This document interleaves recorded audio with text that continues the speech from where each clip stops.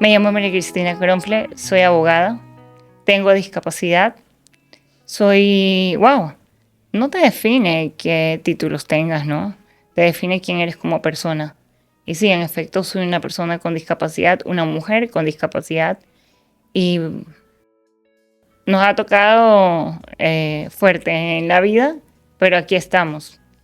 38 años, invictos, campeones siempre en la batalla diaria. Así que creo que eso es un poco lo que soy. María Cristina Cronfle es el nombre que me dieron mis padres, pero creo que es un nombre que lo he sabido llevar y es un nombre que, además de eso, quiero que quede en el corazón de la gente, porque más allá de que yo después no esté y que tal vez, quién sabe, ¿no? A todos nos ganan la batalla en algún momento, la vida, o nos gana la batalla alguna enfermedad o algo, que quede estas ruedas que me hacen 4x4, que hayan dejado huella. Y con eso creo que ya tengo bastante definido quién soy. Una mujer que deja huella. ¿Ha sido una limitante para ti estar en una silla de ruedas? A muy temprana edad sí fue. Sabes que mi mamá transitó conmigo por varios colegios que no me aceptaban por tener la condición, por necesitar eventualmente una silla de ruedas, porque yo fui diagnosticada al año 6 meses con una enfermedad, spinal muscle atrophy, atrofia muscular espinal. Es que me la sé al revés, ¿no? SMA en inglés. Y la mandaban a otros colegios porque no podían lidiar con la situación, ¿sí? Hasta que llegó a uno, fue el Balandra. ¿Y por qué lo nombro? Porque yo creo que hay que tener valor para en esos tiempos, hace 36 años y un poquito más, romper el tabú de lo que significa incluir, ¿sí? Incluir a niños y niñas que no tengan discapacidad con también niños y niñas que tengan algún tipo de discapacidad. No solamente que te hace una persona más solidaria y naturalmente más coherente con tu parte humana, sino que además de eso, pues bueno, o sea, la respuesta que dio la directora en ese momento a mí, que me lo comenta mi mamá, por supuesto yo no lo recuerdo, porque la directora le decía, pero tráigamela al día siguiente, ya venga, tráigala a María Cristina. Y mi mamá le dice, entre lágrimas, obviamente, porque nunca había recibido una aceptación, pero es que mi hija tiene un problema. ¿Y cuál es el problema que tiene su hija? Bueno, el problema que tiene mi hija es que no puede caminar. Y la respuesta de ella, como me lo participaron, fue como, eso no es problema de su hija. La que tiene problema con eso es otra persona, es usted. No, eso no es un problema. Así que tráigale acá, acá nos encargamos. Y en efecto, desde ahí estuve desde el año 6 meses y me gradué en esa misma institución educativa. Porque hubo un respeto y un cambio, diría yo, en la forma de educar a la gente a partir de cierta época. Y pues bueno, empecé a estudiar ahí. Y claro, con las miles de dificultades que eso consiste, porque yo a esa edad no usaba una silla de ruedas, no me podía movilizar por mí misma. Y me pasó una cosa muy particular. Había un niño que sí que me molestaba. Y me molestaba y como sabía que no podía salir corriendo atrás de él, qué sé yo, a también molestarlo, no sé, me tiraba piedritas. Y me tiraba piedritas y sí que mejoró la paciencia, como diríamos aquí en Cristiano Morocho. Y mi papá me dijo, tranquila que todo llega a su tiempo. Tranquila. Mira, o sea, ¿qué te puedo decir? Era un pegoste de 4 o 5 años, ¿no? Pero de todas maneras yo comprendía muy naturalmente cuál era mi situación, cuál era mi condición y cuáles eran estas cosas que podía y que no podía hacer. Mis límites me los fijo yo, ¿sí? Los límites nos los fijamos nosotros mismos. Nadie nos puede fijar los límites. Pero yo tenía muy claro que no podía salir atrás de él corriendo, ¿verdad? Y fue entonces que esperé tranquilamente a que pasara cerca mío. Dice mi papá que ese día llegué muy contenta a la casa. ¿Por qué? Porque lo hice tropezar. Qué cruel, qué maldad de mi parte. Era muy chiquita, pero creo que toda esa cantidad de piedras las tenía guardadas. Y esa fue mi reacción en defensa propia. Y desde ahí no me volvió a molestar, ¿sabes? No me volvió a molestar. Porque también es el posicionamiento que tú tienes respecto de tu defensa, ¿no? Que cuando tienes una condición como esta, no puedes estar a expensas de que otros te defiendan. Tienes que estar dispuesto también tú a decir, ay, un momentito, esto es hasta aquí. Cualquier atropello, cualquier discriminación, cualquier abuso tiene un límite. Y el límite lo pongo yo, no me lo pones tú. Mucha de mi vida la pasé en hospitales, sí, pero eso no tiene nada de malo, ¿sí? Eso pasa así. La vida sucede así. De formas extrañas suceden y te da la oportunidad de ver la vida de otra manera, ¿sí? Con una discapacidad como esta puedes llegar donde tú quieras, siempre y cuando te fijes en la meta indicada, ¿sí? Seas muy realista en la condición, te fijes tus propósitos, te fijes tus metas y a la carga, ¿no? Porque no será fácil, pero no es imposible. Entonces, si queremos el camino fácil, sabemos a dónde lleva el camino fácil. El camino fácil lleva al fracaso, tarde o temprano. Pero el camino que te cuesta, el camino que está tal vez plagado, digamos así, de obstáculos, son esos caminos que a uno lo vuelven valiente, le forjan el carácter y además de eso te ayudan sí a definirte como una persona que los obstáculos los convierte en fortalezas. Una discapacidad siempre tiene algún grado de vulnerabilidad, pero ¿quién no la tiene? ¿Quién? Tengas o no tengas una discapacidad, todos tenemos un lado frágil. Todos los tenemos, sea en el tema emocional, sea en el tema físico, sea en cualquier aspecto, familiar, lo que sea. Todos tenemos un lado frágil. Así que una discapacidad como tal no te define como una persona frágil. Te define como una persona que le va a tocar un tantito más severa la ruta, o digamos así, más pesada la carga, pero no imposible de cargarla. Entonces, a ver, el primer paso es aceptar. Esta es la condición, esto es lo que hay, ¿no? Y con lo que hay, ¿qué voy a hacer? Me voy a quedar esperando, me voy a quedar aquí sembrada como árbol que me caigan raíces, a ver quién me llega a defender los derechos y quién podrá socorrerme, o soy partícipe de mi propia historia. Mi historia la escribo yo, no la escribe nadie más por mí.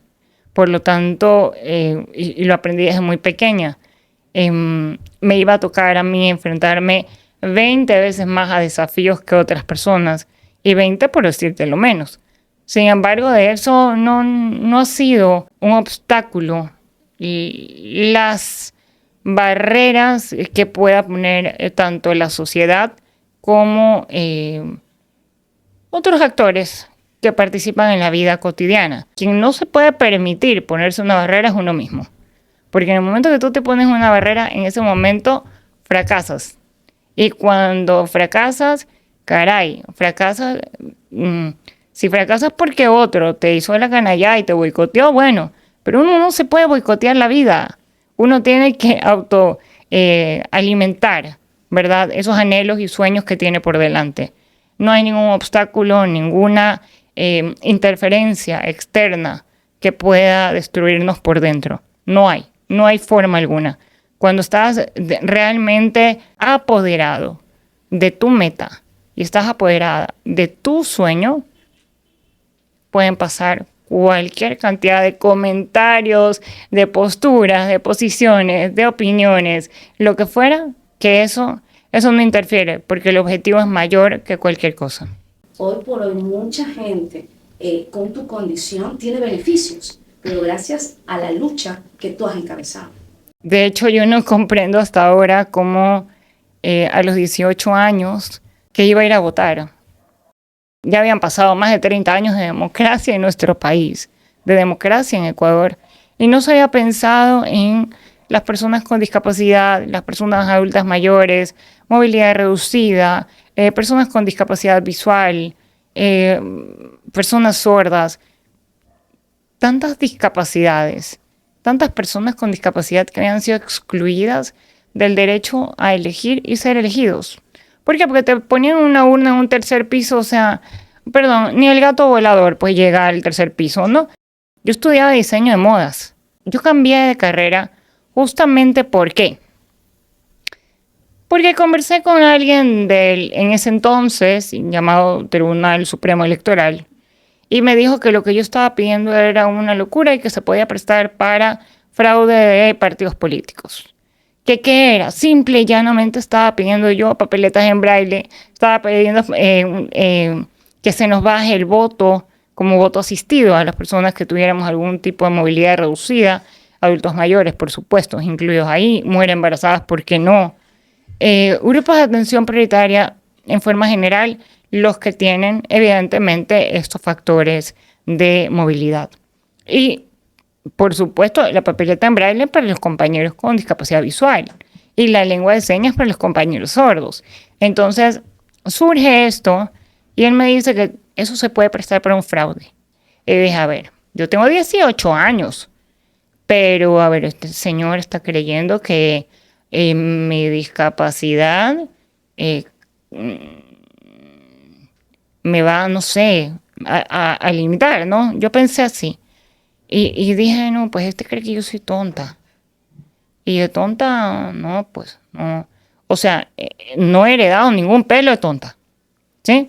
Y fue así que dije, ok, vamos a postergar un anhelo personal, que era siempre tener mi línea de ropa. Porque de hecho, meses antes de las elecciones, yo me iba a ir a estudiar a otro país. Me iba a ir a estudiar a una sucursal de la Marangoni. Me encantaba mi carrera, estaba estudiando, pero postergué este sueño personal precisamente porque decidí eh, hablar de cosas que no hablaba nadie. ¿Cómo nos vamos a imaginar que 30 años de democracia y no había accesos para nosotros las personas con discapacidad? No había este tipo de consideraciones y respeto además a los derechos. Por lo tanto, decidí cambiar de carrera, a ser abogada, a ser la abogada de las personas con discapacidad. Ha sido una tarea ardua, ha sido una tarea de muchísima responsabilidad, pero muy satisfactoria. Y lo mejor que he hecho por mí misma es estudiar leyes. Creo que es lo mejor que me he podido dar como regalo. ¿Por qué? Porque hoy en día, que sigue siendo una lucha, el tema de la discapacidad es una lucha cotidiana, ¿no? Una lucha puntual, no, es una lucha de todos los días. El ser abogada y conocerme las normas, conocerme las leyes, conocerme los convenios y tratados internacionales, evidentemente me dan un argumento como para poder rebatir y combatir a estos que en ese entonces me creyeron tonta. Y los tontos fueron ellos. No se dieron cuenta que crearon una especie de monstruo. Por decirlo de alguna manera. ¿Por qué? Porque crearon una persona indignada. Una persona indignada con injusticia. Yo soy una mujer que no tolera. ¿Sabes? Voy a ser un poco fuerte en este comentario, pero no tolero la estupidez humana, ¿sabes? Y el tema de discriminar a personas que tienen condiciones diferentes, no me refiero solamente a la discapacidad, me refiero a todas las condiciones diferentes. Me parece que es un irrespeto a sí mismo, ¿verdad? A sus propias inteligencias, pero por supuesto se configura en estupidez humana. Entonces, no soy tolerante con eso y creo que no es nada malo, ¿verdad? Porque eso me ha ayudado a llevar adelante varias batallas y varias luchas que hemos ganado con de largo hemos ganado en Corte Constitucional, hemos ganado en la legislatura, hemos ganado en las calles incluso con el tema de los torniquetes, que muchos compañeros activaron esta lucha y pues bueno, se hizo mediática y logramos quitar los torniquetes del transporte urbano. Y todo eso se hace juntos, ¿sí? En ese momento creo yo que lo que faltaba era alguien que empezara a hablar de algo que tal vez mucha gente no quería hablar. Y muchos padres tal vez no querían nombrar que tenían hijos con discapacidad. Pero a medida que fue pasando el tiempo, para mí me llenó el corazón el ver que salían los padres, la familia, con sus hijos, hijas, no sé, nietos, hermanos con discapacidad y que ya nos estábamos visibilizando. O sea, creo yo que eso era todo parte de un mensaje, porque todos los seres humanos, todas las personas somos un mensaje per se. En sí mismos somos un mensaje. Si nos quedamos estáticos, el mensaje es que no estamos activos, que nos hemos rendido. Pero si vamos de aquí para allá, de allá para acá, si estamos en la lucha, si discutimos, si peleamos, si no nos detenemos, si no nos rendimos, el mensaje es claro. El mensaje es que la discapacidad no es una limitante a menos que uno lo permita. Y la discapacidad lo único que hace, si realmente permites que trabajes en ti de manera positiva, es convertirte en una persona valiente y con una fortaleza inquebrantable. Mira, 5 años me daban de vida y en esta operación me daban el 5% de posibilidades de que saliera de la mesa con vida. Como dirían nuestros hermanos venezolanos y colombianos, les volteamos la arepa. Y ese 95% que teníamos desventaja lo convertimos en ventaja. ¿Por qué? Porque yo sí tengo algo que tal vez mucha gente no comparta, pero a mí me ha logrado construir como una mujer de mucha fortaleza y es mi fe. Yo tengo mucha fe. Creo que no estoy sola. Creo que aun cuando en algunos momentos en las batallas y en estas luchas que son, a veces, créanme lo que el tema de no comprender la dimensión de la discapacidad hace que ataquen por muchos frentes y que en realidad, o sea, sintamos que hay una sociedad que no comprende. Pero justamente eso me ayudó para vencer todo lo que te estoy nombrando, que podía haberse convertido en un obstáculo y se convirtió al revés, ¿no? En un tema de relevancia para mí. Estaba en 4º grado y mi mamá siempre fue muy buena en las letras, mi papá muy bueno en los números y a mí me gustaba siempre, me gustó leer. Y entonces, pues bueno, como estaba atrasada bastante, yo tengo una barra postural en la columna, estaba bastante atrasada en la escuela, me enviaron los libros para estudiar. Y sabes que cuando llegué de nuevo, que fue como 6 meses después que me había estado mi papá con pizarra, porque como pasando, mi papá me lo recuerda así como pasando una semana de mi operación, yo dije, a ver, ¿qué pasó? El colegio, la escuela, necesito estudiar. Y mandaron los libros desde Ecuador porque me operaron en Estados Unidos. Porque aquí en esa época no había todavía esa, pues podemos decir esas tecnologías como para tratar una enfermedad como la mía, para ponernos en perspectiva de cuál es esta patología, ¿sí? Patología que la he vencido no biológicamente, la he vencido con carácter, ¿sí? Y además con fe. La atrofia muscular espinal, podemos recordar todos los bebés que murieron por no tener la medicina carísima, más cara del mundo. Bueno, esa es la enfermedad que tiene la Creutzfeldt.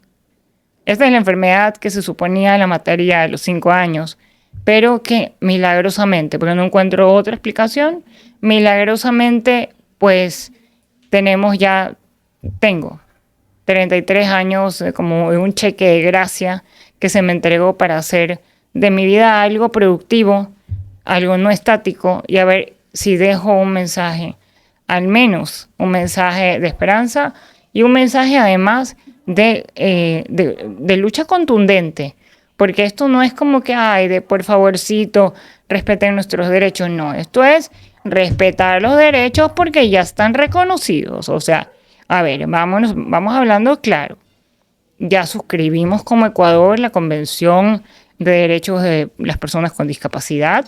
Tenemos en la Constitución parámetros muy claros. Tenemos una ley de discapacidades que me costó mi primera cana, ya que por eso decía que nos hemos convertido en rubias poco a poco, porque en efecto fue una lucha fuerte.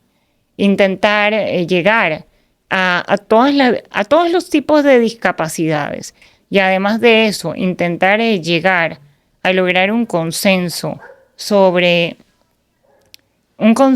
respecto de la ley,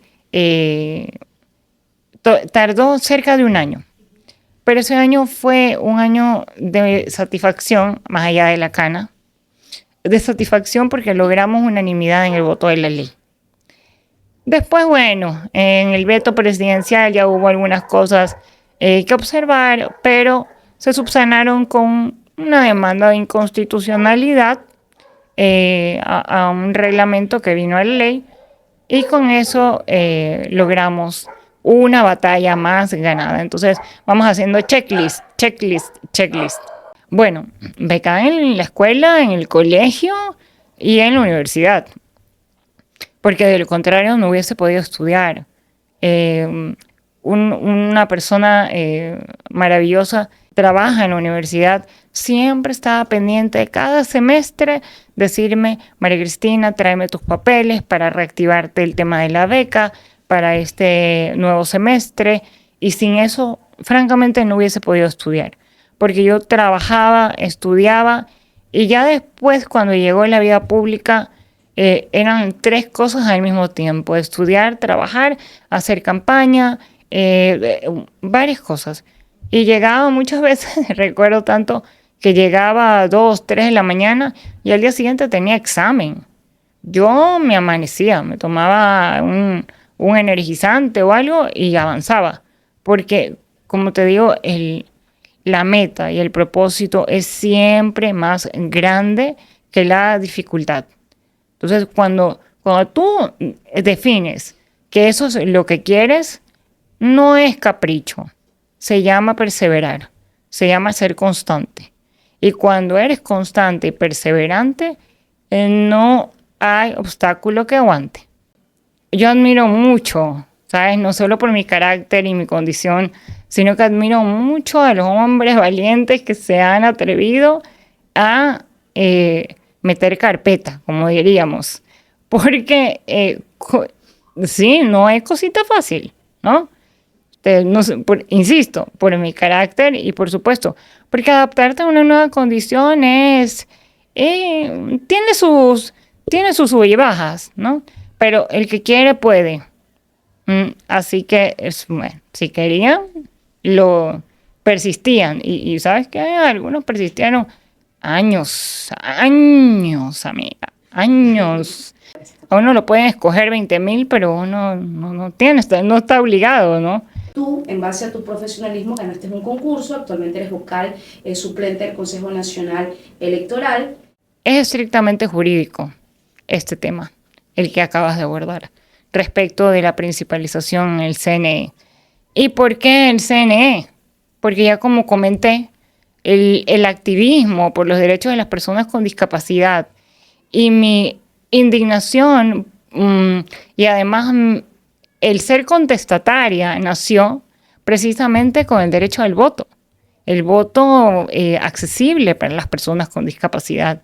Entonces, no es por qué el CNE, sino por qué no el CNE. Estaba una tarea inconclusa. Hay muchas cosas por hacer en el CNE relacionadas a temas de discapacidades y hay muchas cosas por hacer y corregir. Y bueno, el 20 de noviembre caduca el periodo de 4 de los que están actualmente principalizados.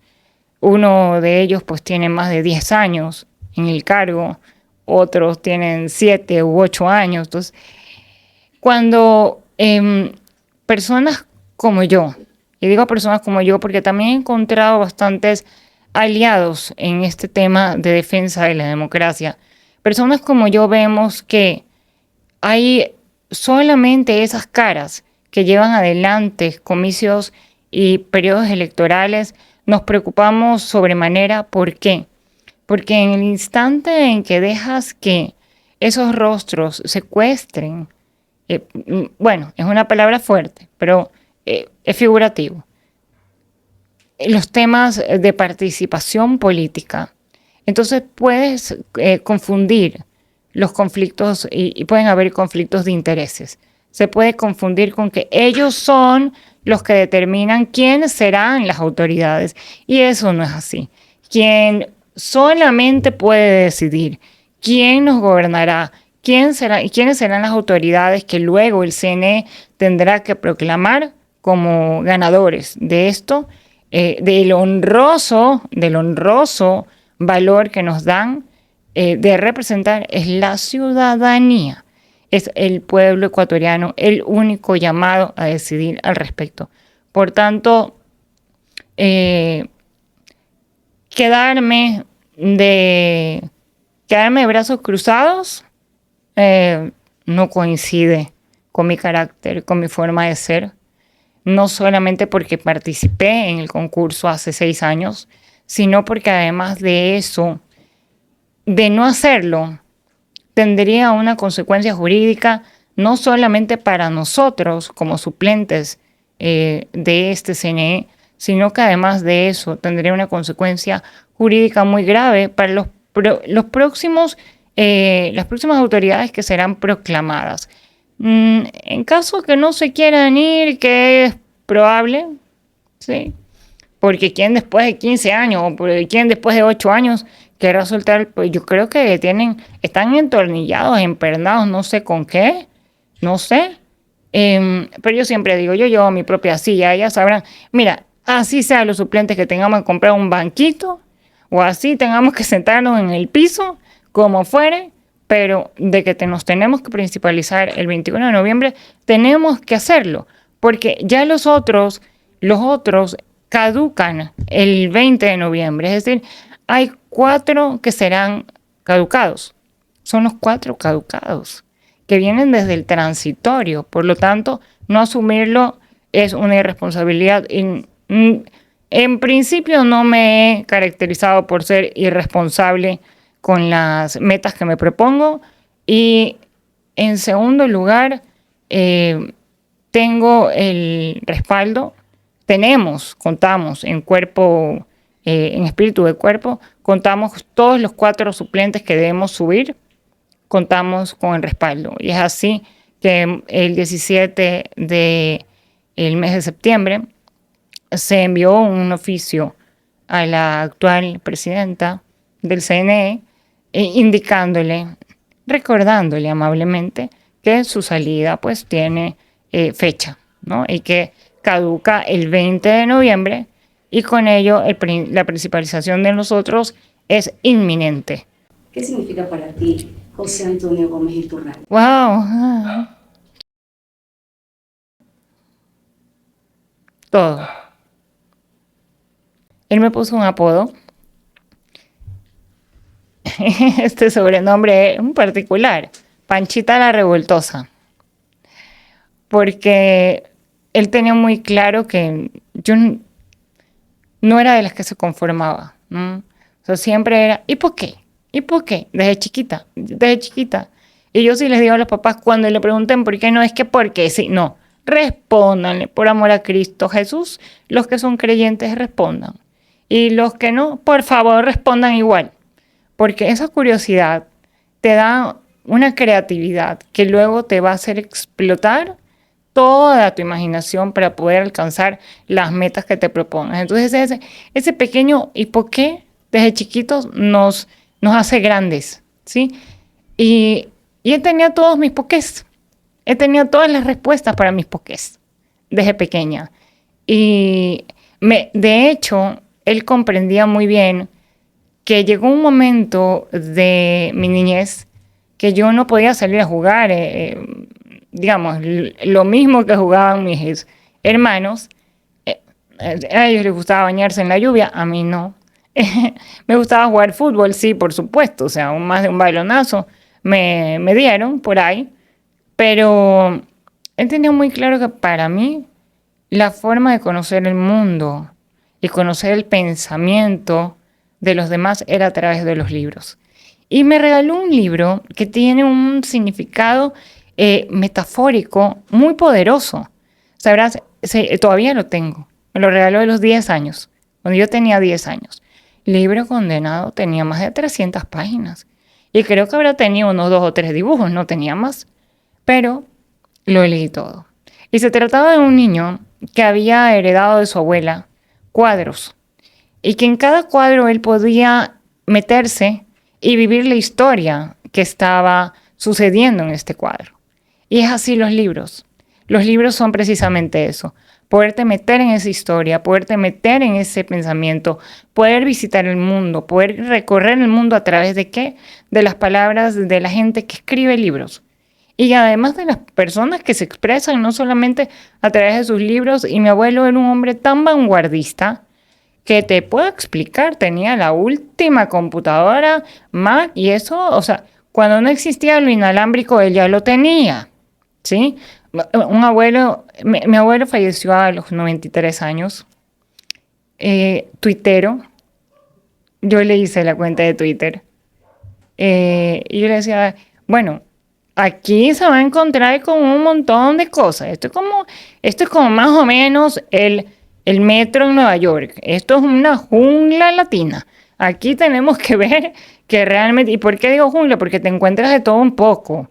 Te encuentras con personas que querrán aplaudir lo que haces, como habrán personas que querrán también opacarte, querrán lo que sea. Twitter funciona más o menos... Bueno, lo que se llamaba Twitter funcionaba así. Pero él me dijo, yo tengo una tarea más allá de eso, que es que la juventud conozca cuál es nuestra historia.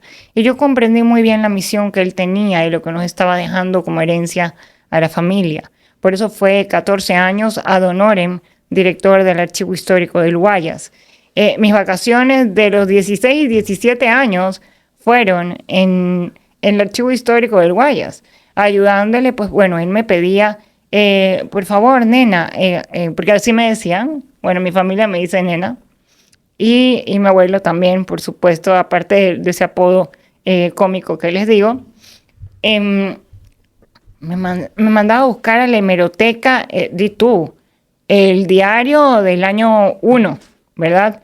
O si no, las actas de independencia que habían firmado los próceres, que todo eso estaba en el archivo histórico. Entonces, y además de eso me ponía todos los diarios nacionales todos los días. Y tenía que yo leerme todos los diarios a nivel nacional para darle a él un resumen de noticias de lo que había sucedido. Y ahí me empecé a dar cuenta desde muy temprano que cada uno tenía su visión de las cosas. Y él me decía, para que te des cuenta que la historia es dependiendo de quién la escribe. Y por eso hay que tener mucha ética en el momento de expresar cuál es la verdad de las situaciones. Porque en temas jurídicos, al menos, solamente hay una verdad, que es lo que dice la norma. Y en este caso del CNE, como digo, siendo derecho público, lo que dice la norma, eso es inamovible, no hay interpretaciones. Pero sí, como te digo, mi abuelo, todo para mí, y sigue significando todo para mí. Porque cuando estoy ante una dificultad, cuando tengo dinosaurios que me quieren comer, recuerdo los consejos que me daba mi abuelo. Y eran tan contundentes. Nunca te has dejado, ¿por qué ahora?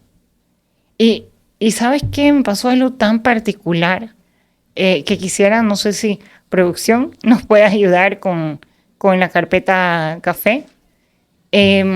Estaba buscando, porque claro, tras el divorcio uno a veces no sabe ¿Dónde quedó tal papel? ¿Dónde quedó tal cosa? Más o menos como dice Jessie Joy, ¿quién se queda con el perro? Más o menos así. Este, buscando este documento, que es el documento de posesión de la Asamblea Nacional, que sí escribieron bien mi nombre, ¿no? En el CPCCS transitorio, cuando hicieron el concurso, óyeme, me negaron hasta la mamá porque solamente me pusieron Cronfle. Yo soy María Cristina Cronfle Gómez, ¿sí? Mi abuelo fue José Antonio Gómez Iturralde. Y yo por eso insisto mucho en poner el Gómez, porque para mí es el recordatorio de que no puedo desistir, porque no lo voy a decepcionar. Está desde arriba y tiene ojo seco, porque eso sí, era supremamente exigente, y eso me hizo ser muy exigente conmigo misma. Y comprenderás que,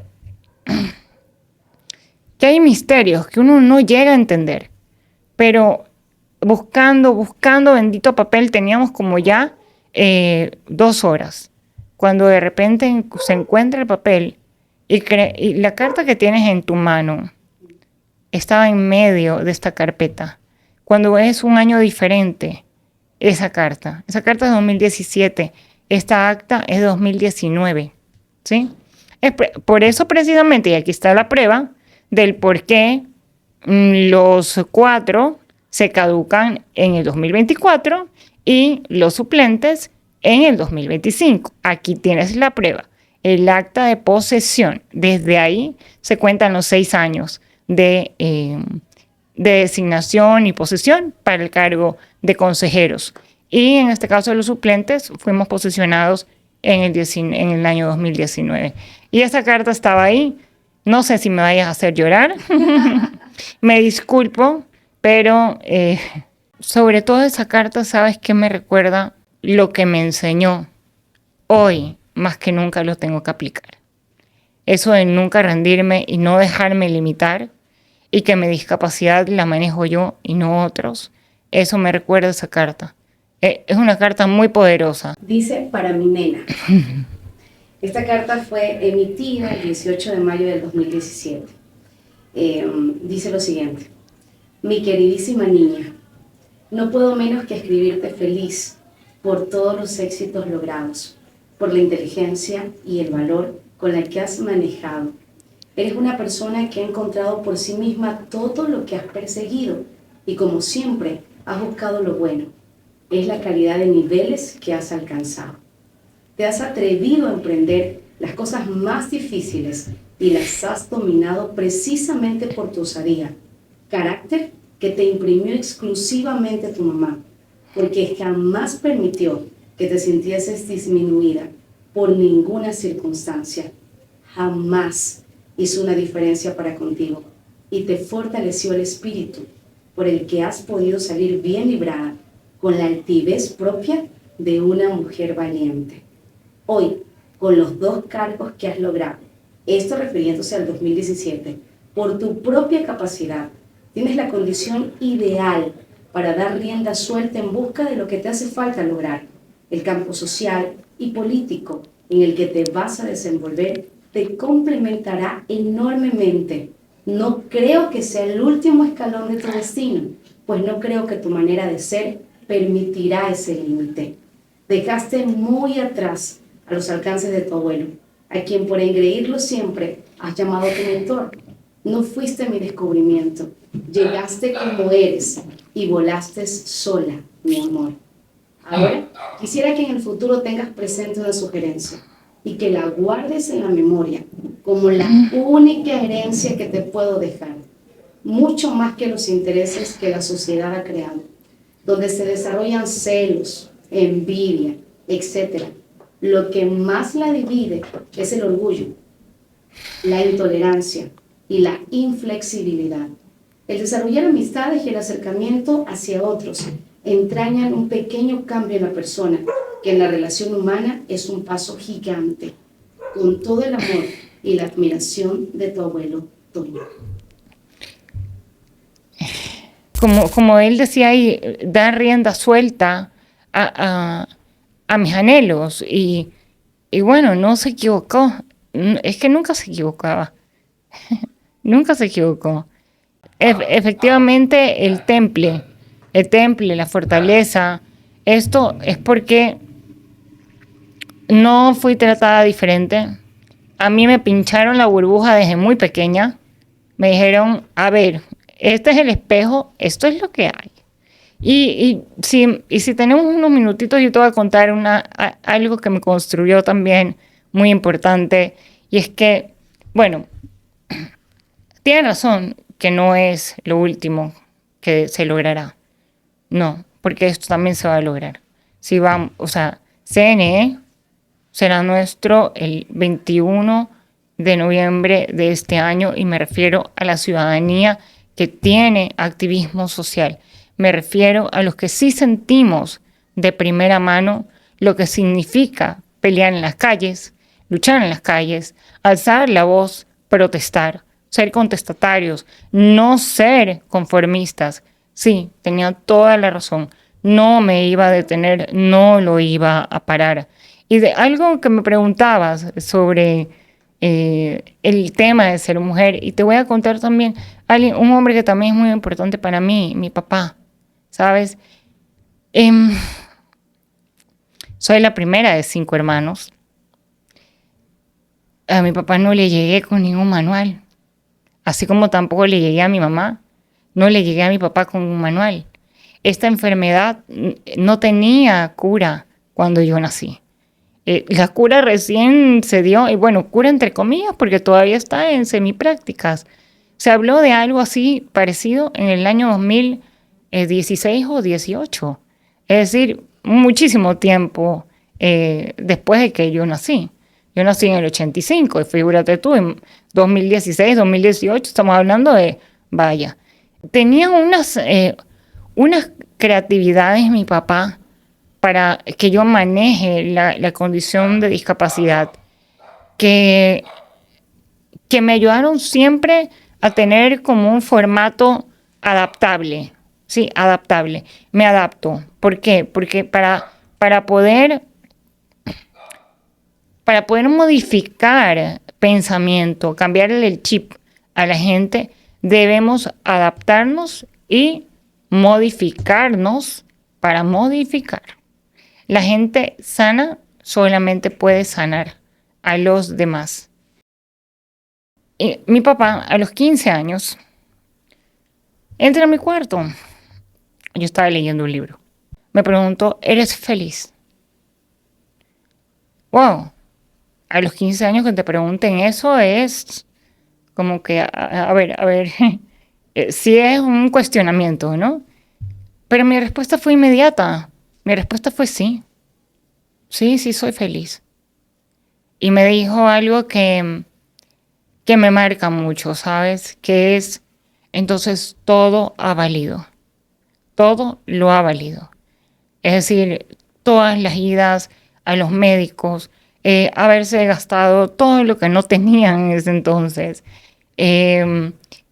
aprender a ser papá de una loquilla con discapacidad en silla de ruedas que se cayó de un primer piso por querer subir sola a una rampa, que jugaba con sus primos a lanzarse por las escaleras, o sea, un montón de cosas. No le vine con manual. Sin embargo, de eso me dijo, bueno, yo te quiero decir lo siguiente. Tus amiguitas, estoy a los 16, ojo, vamos haciendo la cronología exacta. A los 16, y me dice, nena, quiero conversar contigo, porque ya tienes 16 años y tus compañeritas ya van a ir teniendo enamorado y van a, probablemente a ti te inviten a que las acompañes al cine con sus enamorados. Lo que él no sabía es que yo hace 2 meses atrás ya tenía enamorado. Entonces cuando le dije, papi, tranquilo, yo ya tengo enamorado, fue como que, ¿what? ¿Dónde me perdí de todo esto? ¿Y quién es? ¿Cómo se llama? ¿Qué tipo de sangre? Lo típico de un papá, ¿verdad? No por tener yo una discapacidad, sino porque era su primera hija, o sea, la primera hija mujer, que creo yo siempre hacemos no siempre, pero la generalidad de las veces hacemos un match con papá. Y tuve un papá, bueno, tengo un papá, que además de ser guapísimo, es muy inteligente, se hace amigo de una piedra. Entonces, ¿qué más podía, o sea, qué más formato de hombre hubiese esperado? Yo tuve el formato que pensaba en mí, ¿sí? Cuidaba de mi salud emocional, de mi salud física. Si él tenía que tirar un colchón para dormir al lado mío porque ese día estaba enferma, lo hacía, ¿sí? Entonces, para mí, como te dije anteriormente, todos estos que metieron carpeta, que ojo, todo lo que sé sobre hombres me lo enseñó mi papá, ¿sí? Todos los secretos ocultos de la especie masculina me los reveló mi papá. Nadie más, no los descubrí sola. No me enfrenté a eso por mis propios medios, sino que tuve las herramientas necesarias para saber eso. Y, y me decía, y me explicó muchas cosas de cómo ir llevando mi forma de ser como mujer y no dejarme. Mi papá celebraba pues, cuando yo salía con minifalda. Mi mamá, por otro lado, ¿qué es eso? Mi papá celebraba que yo me pusiera plataformas. Y mi mamá, ¿qué es eso, Jesús? Con minifalda y plataformas, con straples, maquillada. Tienes 15 años, ¿cómo te vas a la fiesta? ¿Verdad? O sea, eran dos opuestos en ese aspecto, pero tuve el complemento perfecto para lo que hoy tienes aquí enfrente. Somos la construcción de pequeños retazos de personas que van dejando huellas en nuestras vidas. Y yo soy así, soy como esas colchas que están hechas de a punta de retazos, yo soy una de esas. Yo soy un pedacito de cada persona que me ha apoyado, que ha estado en la lucha, que por supuesto ha creído en mí, que no ha perdido la fe y que me ha dado las herramientas también para ser cada día más fuerte. Por lo tanto, ¿qué te puedo decir? Muchas personas no tienen las circunstancias de vida que he tenido yo, pero no por eso quiere decir que para mí haya sido fácil. Yo motivo mucho y sí, quisiera hacer un llamado a las personas con discapacidad y a las mujeres con discapacidad en especial, que no se dejen de su discapacidad, pónganla por delante, que eso más que una desventaja, es por supuesto una ventaja. No, miren, esta silla de ruedas, si nos ponemos a hacer carreras, yo les gano, me lleva más rápido, ¿sí? Probablemente tengo que usar caminos distintos para llegar donde ustedes llegarán, pero llegaremos y siempre llegaremos a tiempo. Así como vamos a llegar a tiempo al CNE el 21 de noviembre del 2024. ¿Para qué? Para principalizarnos como los consejeros que debemos ya relevar a este CNE que ya está caducado para el 20 de noviembre. Gracias también a todos los que han escuchado esta grata entrevista y te he conocido hoy un poquito más.